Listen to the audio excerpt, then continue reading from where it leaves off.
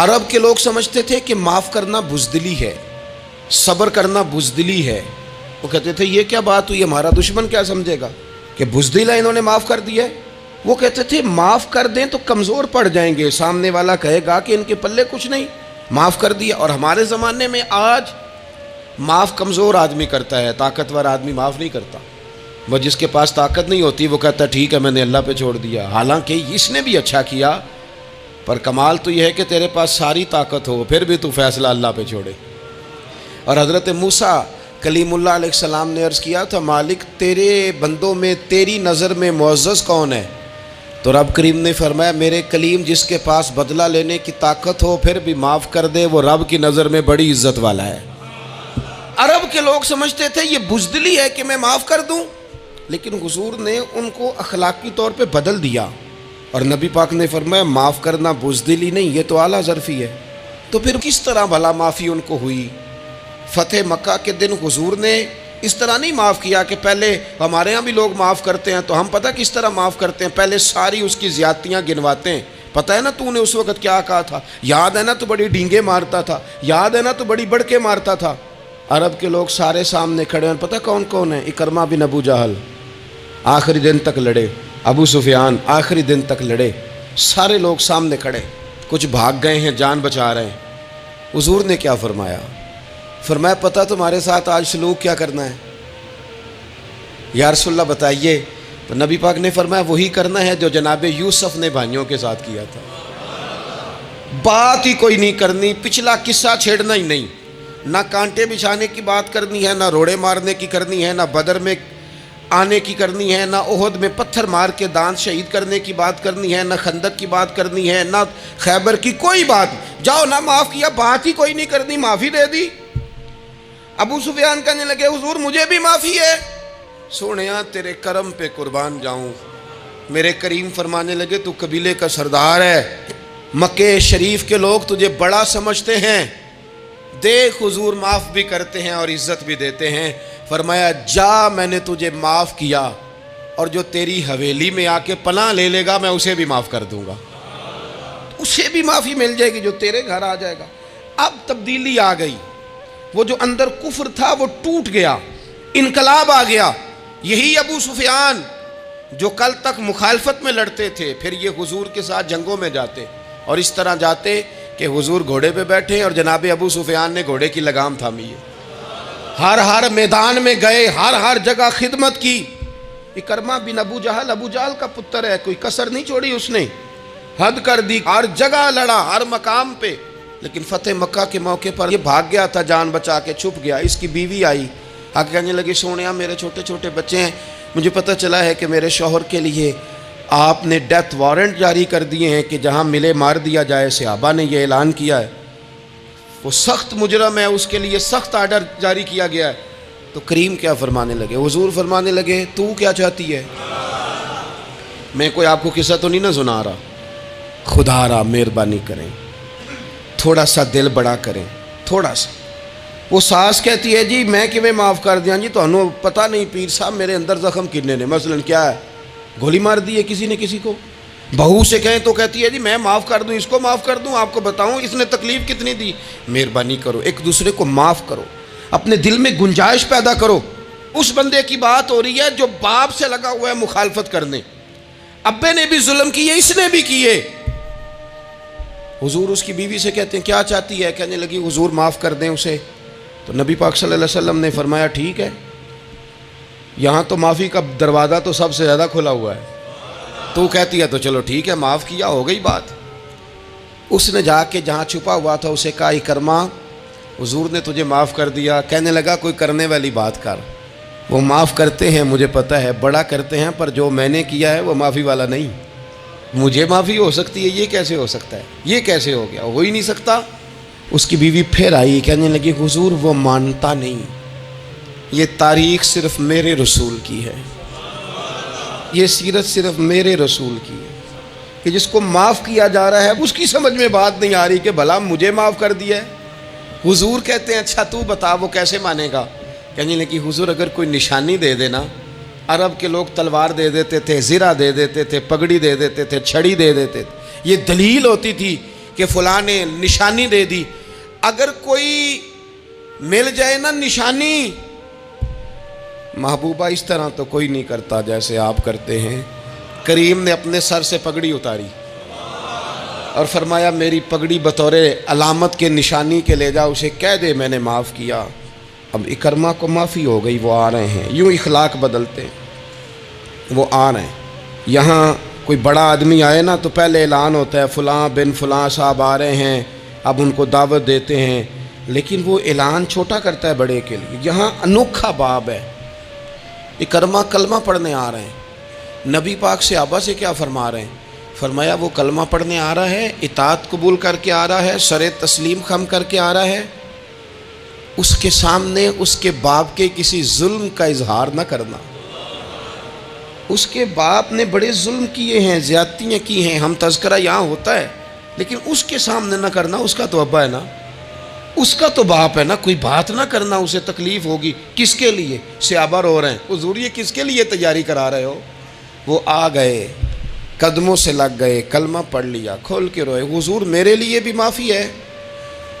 تو کریم نے فرمایا ہاں، میں رحمت والے رب کا رحمت والا رسول ہوں، ہے نا معافی. اکرمہ مسلمان ہو گئے.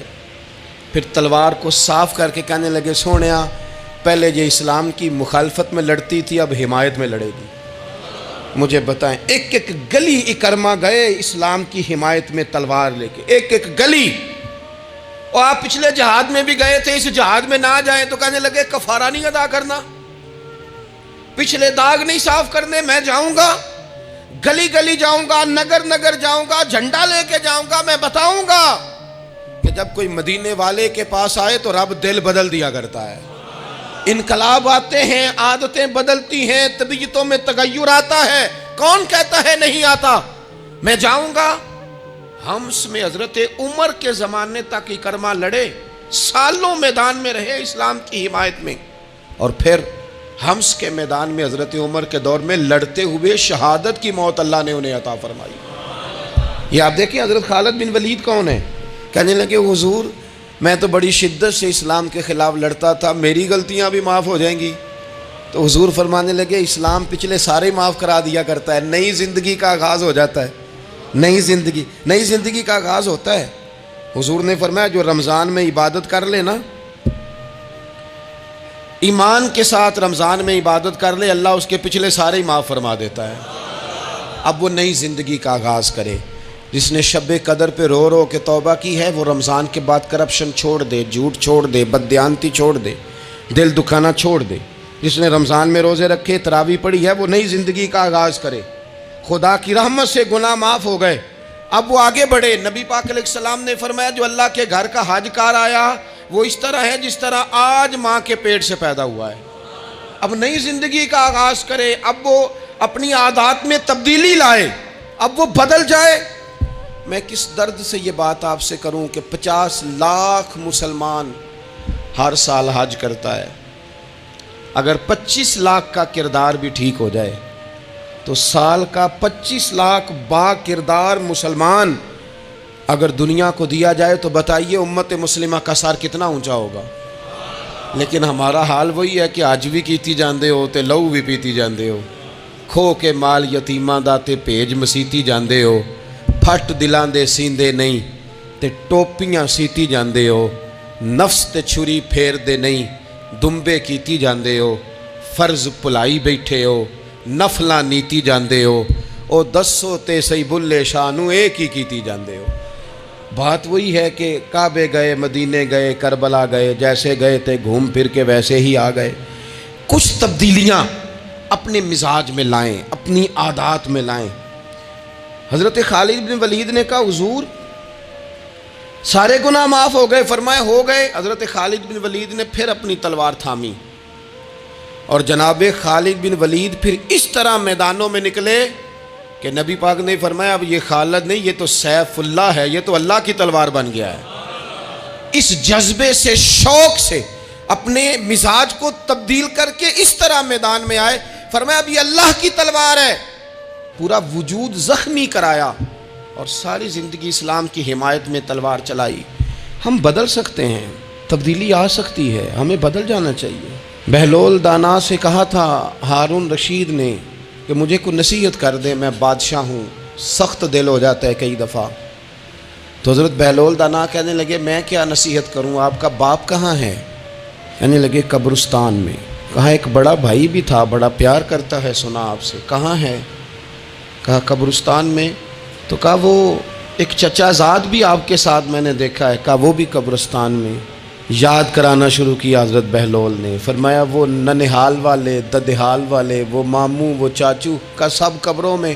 آخری جملہ کہا، فرمایا تیرا ایک پتر بھی تھا، چڑھتی جوانی تھی، قد اونچا تھا، رنگ گورا تھا۔ ہارون رشید رو پڑے، کہنے لگے حضور وہ بھی قبرستان میں۔ تو فرمایا جس نے اتنے جنازے پڑھے ہوں اسے میں نصیحت کروں؟ تیرا کیا خیال ہے، تو نے نہیں جانا؟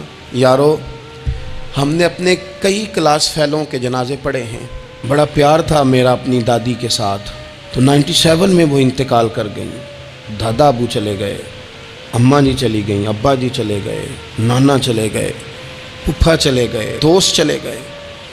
یہاں پچھلے سال کئی سنگی تھے، اس سال نظر نہیں آتے، رخصت ہو گئے۔ او سنگیو یہ تو ساری تیاری ہے، ہم نے بدلنا کب ہے؟ اب تو ہمارا بڑھاپا آنے کو ہے، اب تو بال سفید ہونے کو۔ تبدیلی کس وقت؟ اللہ تعالیٰ نے قرآن مجید فرقان حمید کے اندر فرمایا اللہ ولی الذین آمنوا یخرجہم من الظلمات الی النور۔ اللہ مومنوں کا ولی ہے، وہ انہیں اندھیروں سے نور کی طرف نکالتا ہے، وہ رستہ دکھاتا ہے۔ بار بار راہ کھلتی ہے ہمارے سامنے پر ہم قبول کرنے کو تیار نہیں ہوتے۔ کچھ تبدیلی اب آ جائے، کچھ زبان میں مٹھاس آ جائے، کچھ ہمارے عمل میں پختگی آ جائے۔ ہم نہ بہت سارے کام لوگوں کو دیکھ کر کرتے ہیں، اس سے تھوڑی جان چھڑائی جائے۔ کچھ اپنے اندر جو قباہتیں ہیں، کچھ اپنے ساتھ جنگ کی جائے۔ نبی پاک علیہ السلام نے فرمایا افضل جہاد اپنے نفس سے لڑائی کرنا ہے، اپنے آپ کے ساتھ کچھ جد و جہد کی جائے، کچھ اپنے خلاف بھی چلا جائے۔ ساری زندگی دوسروں سے لڑتے، دوسروں پر اپنی غلطیوں کا بوجھ ڈالتے گزر گئی، کچھ اپنے نفس پر بھی۔ حضرت بایزید بستامی سے کسی نے کہا حضور میں نے اللہ تک جانا ہے، رستہ بتا دیں۔ فرمایا 2 قدم کا رستہ ہے۔ فرمایا 1 قدم اپنے نفس کی خواہش پہ رکھ لے تو دوسرا قدم تیرا رب تک پہنچ جائے گا۔ تو اپنے آپ کو کنٹرول نہیں نہ کرتا، اپنے آپ سے تو لڑ پہلے۔ اقبال کہتے ہیں ڈھونڈتا پھرتا ہوں اے اقبال اپنے آپ کو، آپ ہی گویا مسافر آپ ہی منزل ہوں میں۔ نبی پاک نہ تبدیلی کرتے۔ یہ جو لوگ کہتے ہیں نا کیسے بدلوں، تو حضور بدلنے ہی تو آئے ہیں، حضور بدلنے۔ حضرت مازن ایک صحابی ہیں، وہ کہتے ہیں میں بت کی پوجا کرتا تھا، امام بہقی نے لکھا ہے میں بت پوجتا تھا۔ ایک دن میرے بت کے اندر سے آواز آ گئی تو کب تک مجھے پوجے گا، مدینے میں تو حضور جلوہ فرما ہو گئے ہیں۔ کہتے ہیں 2 دفعہ 3 دفعہ بت مجھے پیغام دے رہا ہے کہ حضور کی طرف جاؤ، بت۔ کہتے ہیں میں وہاں سے چلا، حضور کی بارگاہ میں پہنچا تو نبی پاک علیہ السلام کی خدمت میں حاضر ہو کے میں نے عرض کی یا رسول اللہ کمال ہو گئی، لوگ بتوں کو پوجتے ہیں اور میرا بت کہہ رہا تھا جا کے حضور کا کلمہ پڑھ لے۔ او سکیاں کھجوراں اگا جام دے تے پتھراں تو کلمہ پڑھا جام دے۔ فرمایا وہ انہوں نے مجھے بت نے بھیجا ہے۔ حضرت مازن کہتے ہیں حضور کی بارگاہ میں آیا، نبی پاک نے کلمہ پڑھایا تو میں نے عرض کی حضور میرے اندر کچھ قباہتیں بھی ہیں، کسی کی چیز دیکھ کے میرا جی للچا جاتا ہے، میں چوری کر لیتا ہوں، بدکاری کا بھی مزاج ہے، شراب نوشی بھی ہو جاتی ہے۔ کہتے ہیں حضور نے میرے سینے پہ ہاتھ رکھا، میرے لیے دعا کر دی۔ آپ فرماتے ہیں گردن اونچی تھی کبھی نیچی نہیں ہوئی تھی، پر وہ کلمے کی کیا برکت آئی کہ ایسا سر جھکا کہ وہ جھکا ہی رہا، ایسی تبدیلی آئی کہ آ گئی، نفرت ہو گئی۔ کہتے ہیں حرام مال آتا ہے تو میری طبیعت پہ بوجھ بن جاتا ہے۔ میں اکثر دوستوں سے کہتا ہوں کہ ہمارے ہاں لوگوں کا عجیب مزاج ہے، وہ اپنا مائنڈ سیٹ کر لینا، کبھی ذہن بنا لینا یہ چیز حرام ہے تو وہ کبھی بھی حلق سے نیچے ہی نہ جائے۔ آپ گوشت کھا رہے ہوں اور بڑا اچھا پکا ہوا ہے، بہترین مسالہ جات لگے ہوئے ہیں، بہترین، آپ کھا رہے تھے گوشت، کوئی بندہ آپ کے کان میں آ کے کہہ دے صدقے کا ہے، اس کا منہ میں ذائقہ بدل جاتا ہے کہ نہیں؟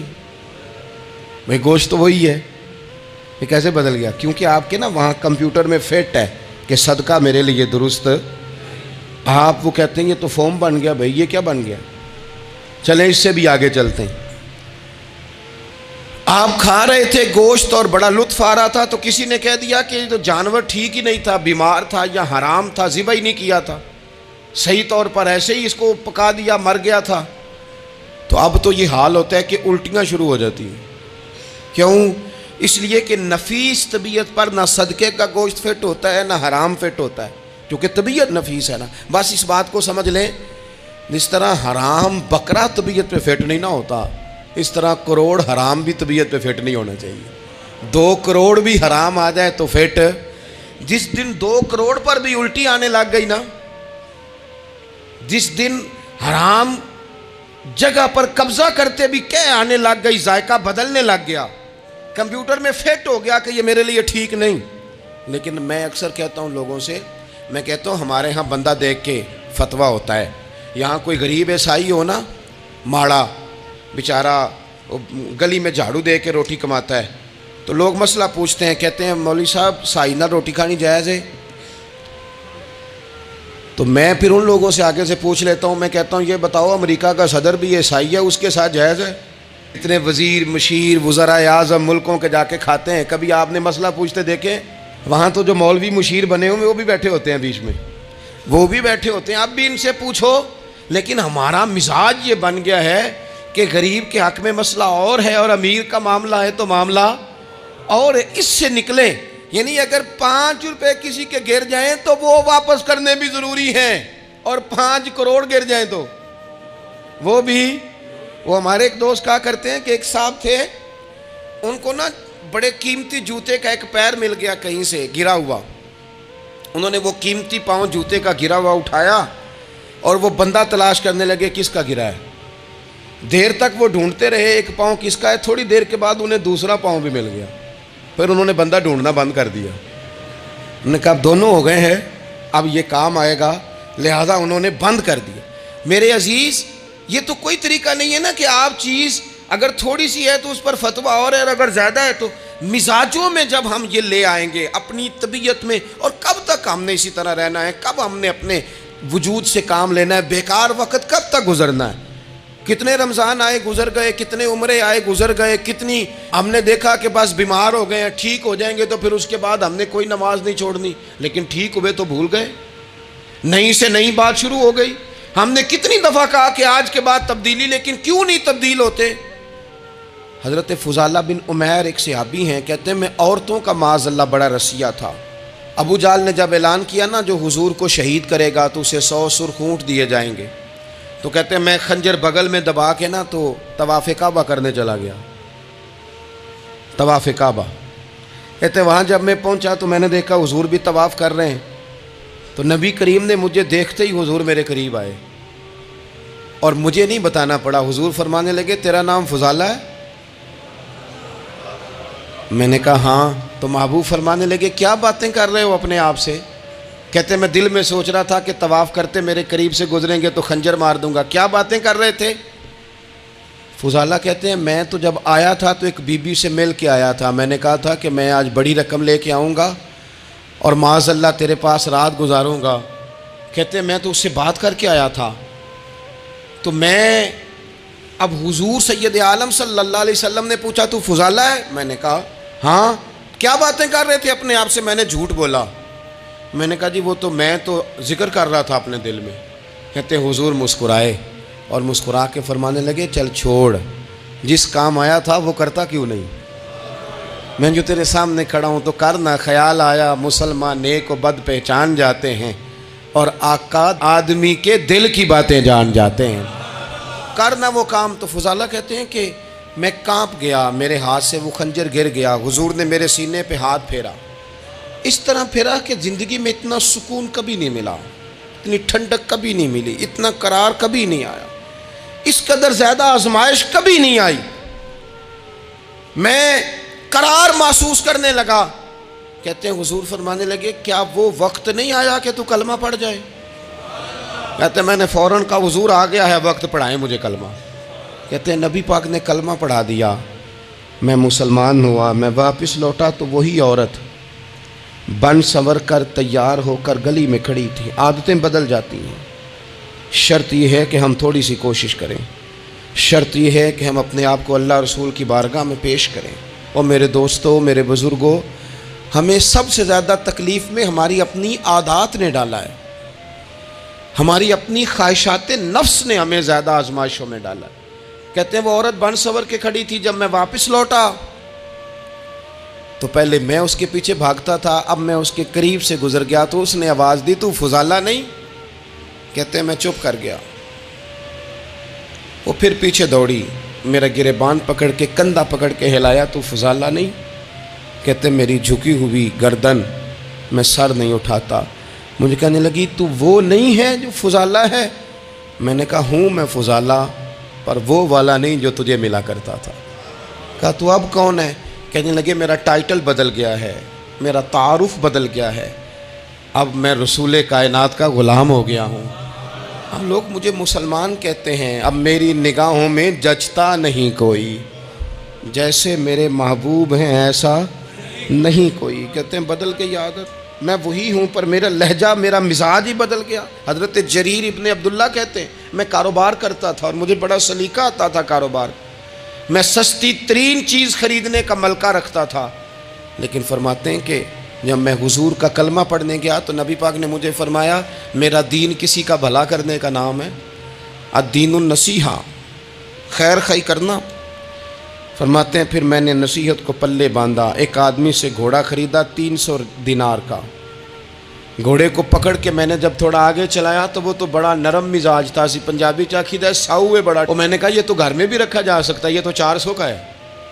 پھر میں نے اس پر سواری کی تو وہ سواری کے لیے ہی بڑا اچھا تھا، میں نے کہا یار تیرا جانور 600 کا ہے۔ کرتے کرتے جب میں نے اسے 1000 دینار تھمایا، 400 میں سودا ہو گیا تھا، اس نے دے دیا تھا گھوڑا یا اونٹ۔ کہتے ہیں وہ شخص میری طرف دیکھ کے حیران ہو کے کہنے لگا جریر تو پہلے بھی آتا ہے، یہ تجھے کیا ہوا؟ تو حضرت جریر کہتے ہیں میں نے اسے کہا پہلے جریر آتا تھا، اب وہ والا جریر ہے جس نے مدینے والے کا کلمہ پڑھا ہے۔ مزید اس طرح کے اسلامک بیانات سننے کے لیے ہمارے چینل روشن اسلام کو سبسکرائب کریں اور گھنٹی کے بٹن کو بھی دبائیں۔